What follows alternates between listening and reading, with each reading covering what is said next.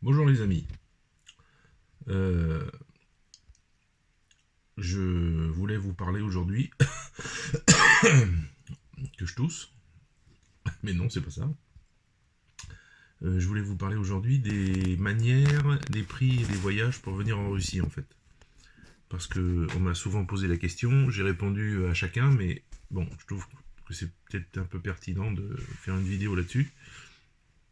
Donc, bon, déjà, il n'y a aucun souci pour venir visiter la Russie. Souvent les gens me disent ah bah on viendra mais après le bazar qui est en ce moment, mais ça change rien en fait parce que le seul point négatif, les deux seuls points négatifs qui existent, c'est que il n'y a plus de vol direct de Paris à Moscou et tous les vols qu'il y a ne passent plus au-dessus de l'Ukraine. Voilà, c'est les deux trucs négatifs. Mais une fois que vous êtes sur le sol russe, il n'y a aucun problème, il n'y a personne qui vient vous emmerder, vous êtes les bienvenus partout. euh, Quand vous êtes français, bien plus que quand vous pouvez être allemand ou anglais ou n'importe quoi. Quand vous êtes français, vous êtes toujours les bienvenus. Moi, comme je l'ai déjà dit, sur 18 mois, 20 mois maintenant de conflit, sur tous les gens que j'ai rencontrés, toutes les connexions que j'ai eues, toutes les réunions que j'ai eues, enfin tout, il y a un type, une fois, qui a fait une réflexion désobligeante. C'est tout. Et j'y vis toute la journée en Russie. Donc vous voyez, c'est pas, il n'y a aucun problème. Et sa réflexion, c'était pas, mais c'était pas, enfin, en fait, il m'a pas dit à moi directement, il a dit à Elena en passant derrière Elena parce qu'elle demandait de l'aide à quelqu'un et il a vu juste avant dans le magasin que j'étais français et il a dit en passant derrière Elena, ouais bah moi si c'est un français, je l'aiderai sûrement pas. Voilà, c'est tout ce qu'il a dit. C'est le seul truc négatif que j'ai eu. Tout le reste, c'est que du positif. Donc vous voyez, vous avez aucun problème à venir en Russie. Les hôtels se réservent. Le conseil que je peux vous donner déjà, c'est alors c'est un tout petit peu compliqué dans le sens. Mon conseil est un tout petit peu compliqué. Si vous prenez un hôtel, l'hôtel va vous enregistrer. C'est-à-dire que quand vous arrivez en Russie, vous avez 7 jours ou 14 jours ou 7 jours, je sais plus, pour dire j'habite là. Allez à l'administration et dire j'habite ici. Si vous ne parlez pas russe, si vous n'avez pas un russe qui se connaît et qui le fait avec vous, bah soit vous n'allez pas le faire parce que vous n'allez pas savoir qu'il faut le faire, soit et la prochaine fois que vous demanderez un visa, bah on vous le mettra dans les dents, que vous n'avez pas respecté, vous aurez une amende, enfin bon, bref. Donc il n'y a pas de il n'y a pas de souci, il faut soit vous prenez l'hôtel,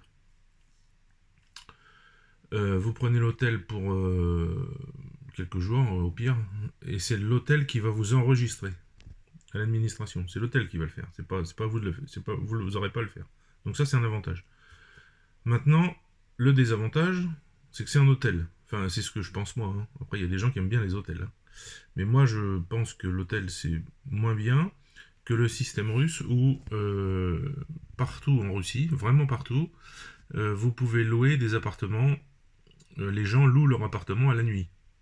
Donc c'est des appartements qui sont faits pour ça, hein. Ils sont tout équipés complètement. Tout est. Moi, je n'ai jamais eu de trucs moches ou tout était refait à neuf. Tout était propre. J'en ai eu un à Kazan une fois, il y a quelques années. Je m'en souviens parce qu'il était totalement blanc partout. La chambre, le couloir, le salon, la télé. Même la télé était pas noire, elle était blanche. Tout était blanc. C'était assez drôle, quoi. C'était bon, bah, j'irais pas vivre dans un truc comme ça en permanence, mais pour quelques jours, c'était sympa, quoi. Ça faisait frais, quoi. Donc voilà, c'est des apparts comme ça. Vous avez aussi des appartements que les gens, alors en fait, c'est leurs parents, grands-parents et arrière-grands-parents qui sont décédés, donc ils héritent de l'appartement. Alors c'est pas comme en France, hein, et ici vous héritez, puis c'est tout. Il n'y a pas de millions d'euros à payer pour avoir, ou de centaines de milliers d'euros pour avoir droit à votre héritage, ou alors vous en donnez, je sais pas combien de pourcents, 60% à l'État. Non, non, non, il n'y a pas de ça. Donc les gens ont cet appartement,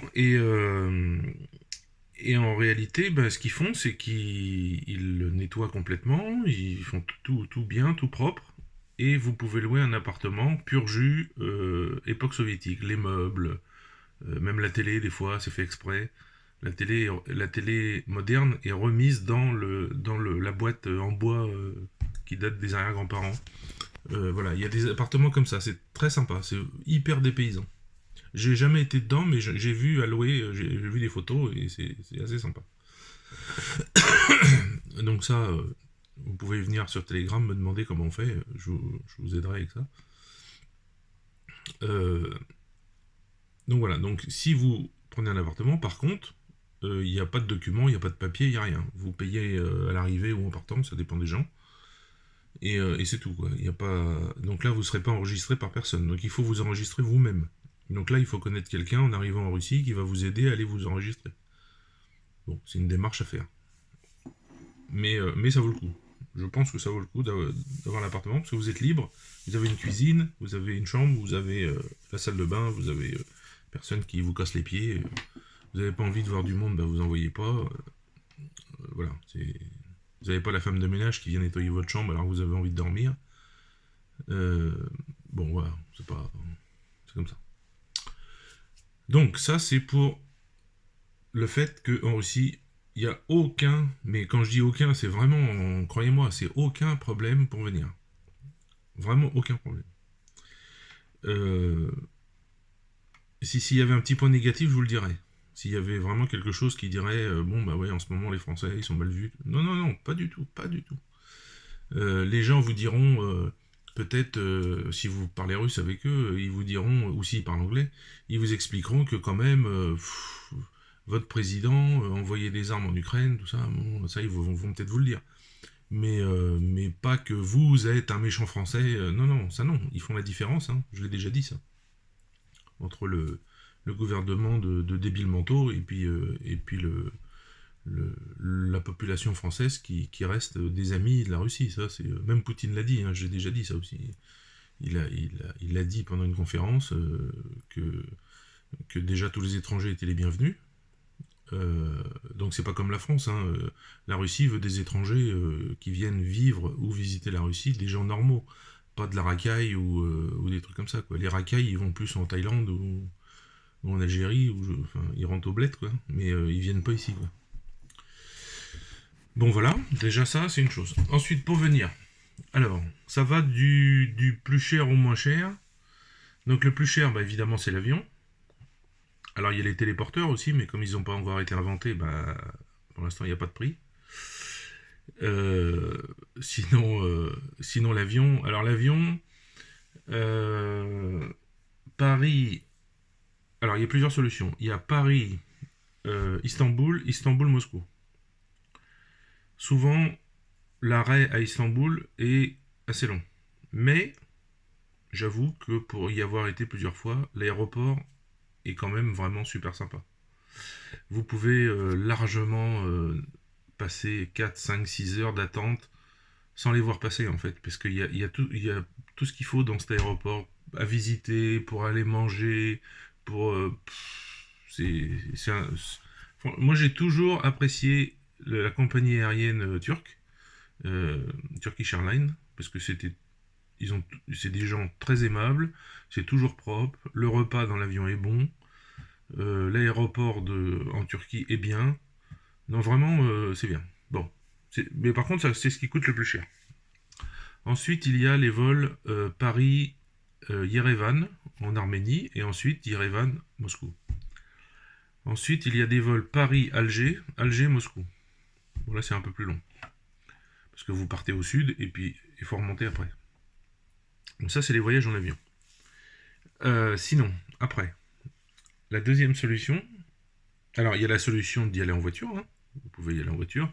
Alors ça prend, c'est comme le fût du canon, ça prend un certain temps, mais alors les plus jeunes vont peut-être pas comprendre ce que je viens de dire. C'est une blague de Bourvil. Donc en voiture vous pouvez y aller. Alors moi j'avais fait ça, mais c'est parce que je venais vivre en Russie. J'ai mis 9 jours à aller jusqu'à la frontière russe, parce qu'on a pris notre temps, on a visité Bruges, on a visité l'Allemagne, on a été à Gdansk, on a visité un peu la Pologne, tout ça. Enfin bon, voilà, c'était vraiment touristique, quoi. Mais sinon, ça met 24 heures, quoi. Enfin, si vous roulez si vous êtes capable de, pas comme moi, de rouler sans vous arrêter. Euh, donc la solution de la voiture, il faut faire des papiers pour que votre voiture rentre en Russie, hein. Vous avez un passeport, mais la voiture doit en avoir un aussi. Donc ça, il faut voir ça avec l'ambassade de Russie à Paris. Et puis leur demander exactement ce qu'il faut faire. Et les imprimer et les documents qu'il faut donner. Alors il faut que votre voiture soit en règle, évidemment. Il faut une assurance. Alors il y a pas mal d'assurances qui vous assureront pas quand vous arriverez en Russie, mais quand vous passez la frontière, vous avez des assureurs qui sont là exprès. Et vous verrez que les prix des assurances en Russie, ça n'a rien à voir avec les prix en France. Ensuite, alors, moi, la solution que je préfère, parce que c'est moins cher, c'est Paris-Riga en avion. Donc ça coûte 50 euros, je crois. Et ensuite, Riga-Moscou en bus.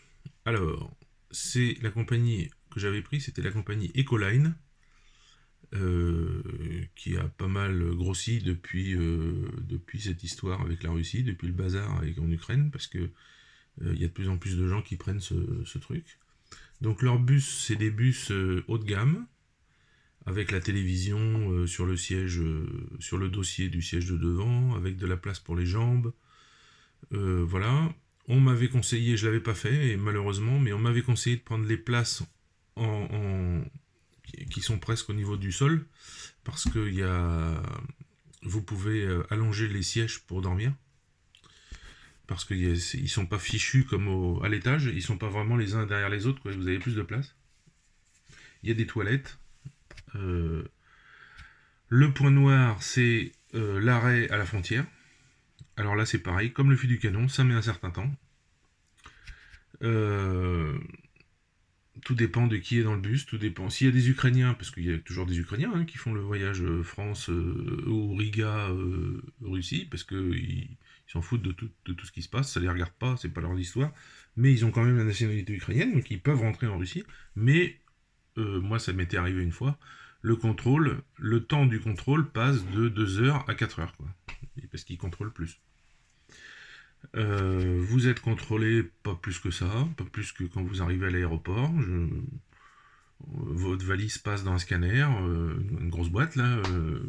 Vous passez devant la personne du FMS, l'immigration, un uniforme là qui regarde si vous êtes pas recherché en Russie évidemment, ou par Interpol, ou j'en sais rien. Enfin bon, voilà, un truc classique, qui regarde votre visa.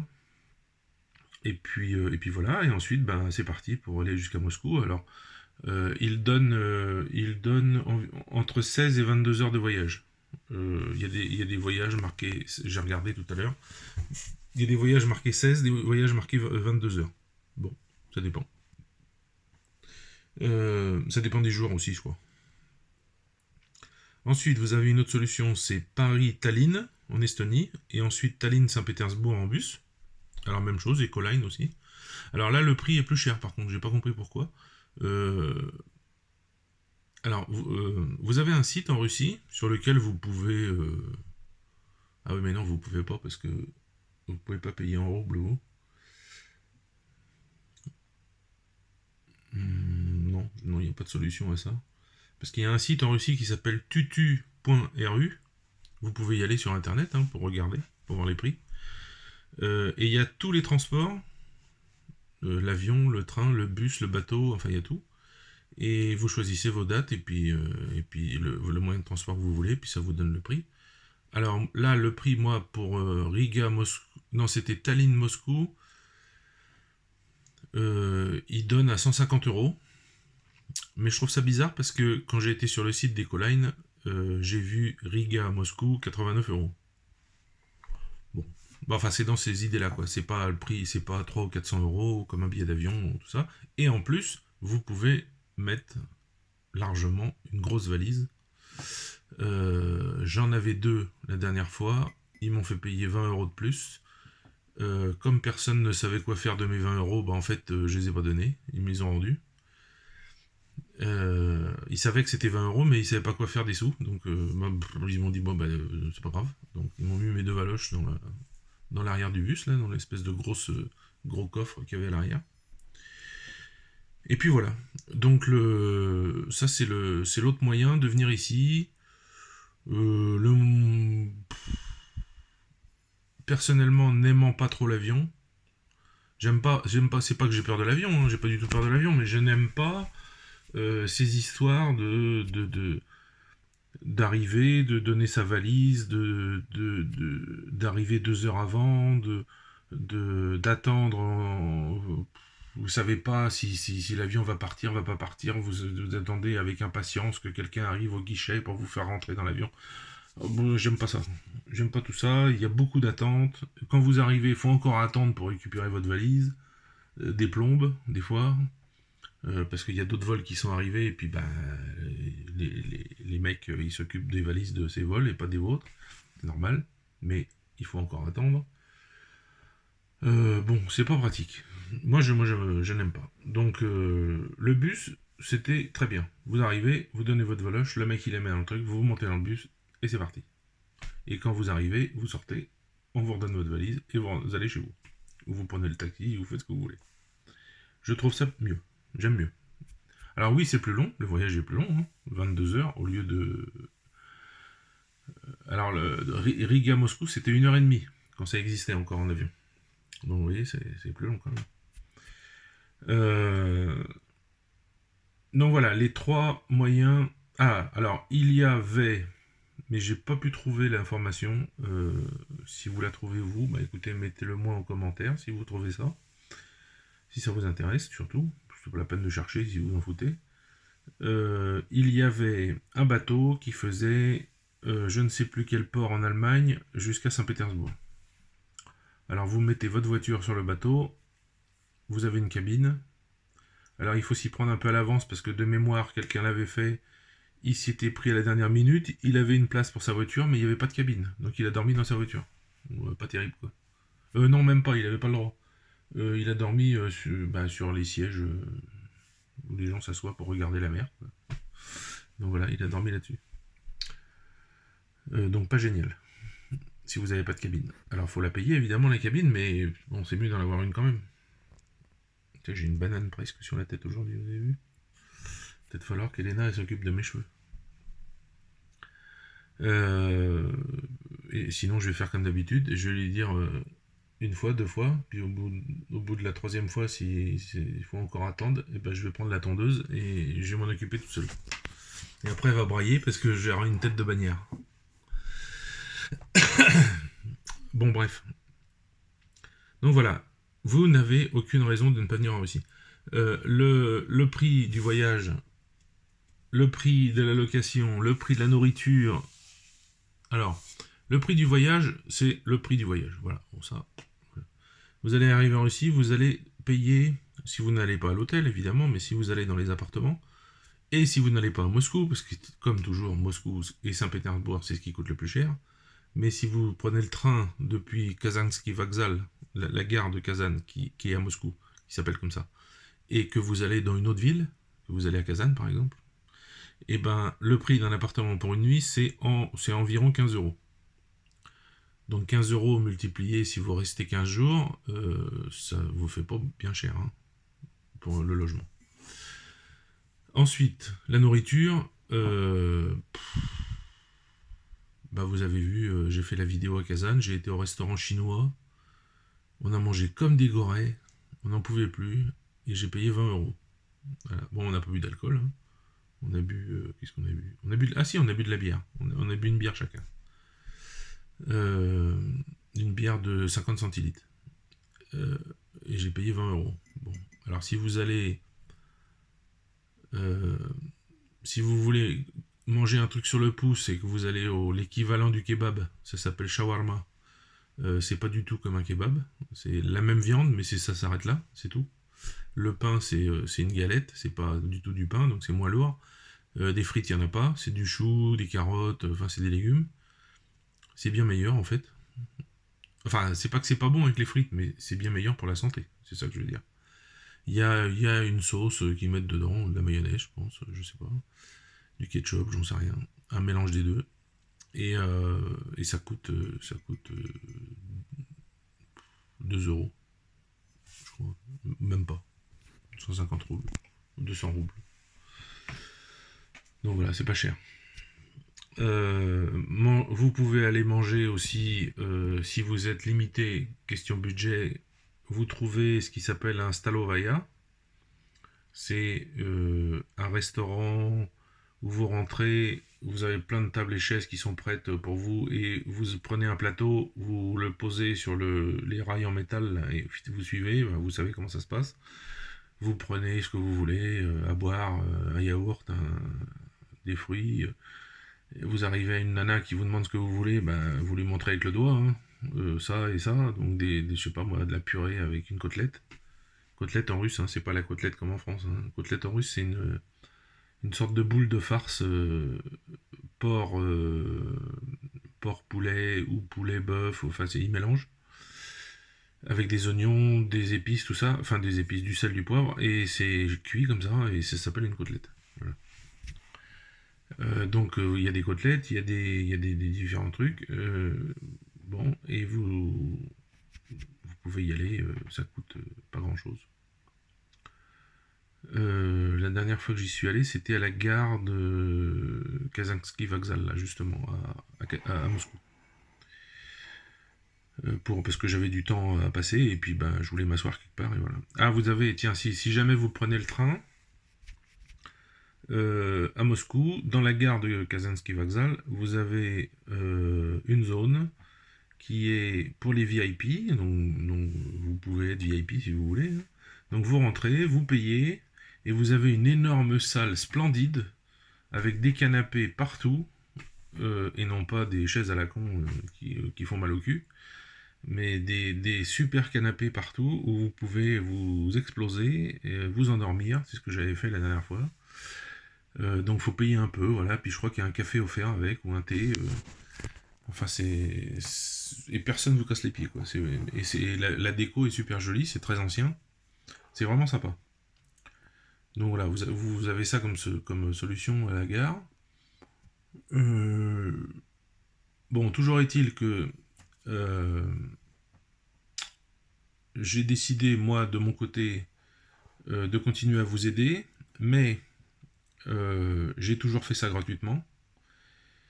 Et en réalité, j'ai utilisé énormément de temps pour aider, comme ça, pour faire à peu près, je sais pas, par personne, j'y restais peut-être une vingtaine d'heures à faire des recherches, à chercher des apparts, à faire plein de trucs, tout ça.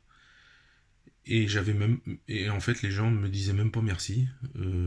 Dès qu'ils avaient l'information, pof, coupé, terminé, plus de nouvelles, va te faire foutre.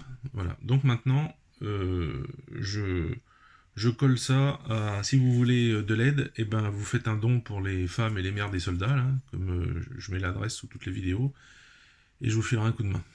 Voilà. S'il n'y a pas d'aide, je jette plus. C'est fini. Bon, si des gens que je suis en train d'aider voient cette vidéo, évidemment, je vais continuer à les aider. Mais pour tous les nouveaux, bon, c'est un don, hein, c'est pas les Français de Moscou qui vous demandent 175 euros par heure de consultation, plus après, je sais pas combien ils demandent, 1500 euros pour vous aider. Enfin bon, non, moi je vous demande une cinquantaine d'euros de dons, ou 50, 70 euros de dons. Et puis voilà, et je vous aiderai avec tout ça. Je vous expliquerai tout ce qu'il faut faire. Où aller, les adresses, je peux vous mettre en contact avec des gens à Moscou qui parlent français, qui peuvent vous aider, aller vous enregistrer, qui peuvent vous aider si vous voulez avoir un visa après, un visa pour rester en Russie, qui vous expliquent ce qu'il faut faire, qui peuvent traduire vos documents aussi. Enfin bon, tout ce qu'il y a besoin de faire en Russie, quoi. Voilà. Donc voilà, bah écoutez, ça fait combien de temps que je course là? 25 minutes, ça commence à être pas mal. Donc ça va presque être plus long que la vidéo de Kazan, dis donc. Bon, et ben, vous avez aucune excuse pour pas venir en Russie, parce que c'est pas cher, et c'est possible, c'est largement possible, hein, il n'y a absolument aucune restriction, mais rien, vous venez comme vous voulez. La seule restriction qui existe, c'est pour les Russes, en fait. Il y a une loi qui a été faite par Van der Leyen, comme quoi les Russes qui veulent rentrer en Europe, ils n'ont pas le droit d'avoir leur voiture, leur téléphone, leurs habits venant de Russie et leurs cosmétiques. Donc il faut qu'ils viennent en slip, quoi. C'est intelligent, hein. C'est follement intelligent. Donc voilà, donc vous, si vous venez en Russie, vous pouvez venir habiller avec votre maquillage, vos affaires, votre téléphone, tout ça. La Russie est bien moins con et accueille tout le monde. Voilà. Allez, à plus. Bye.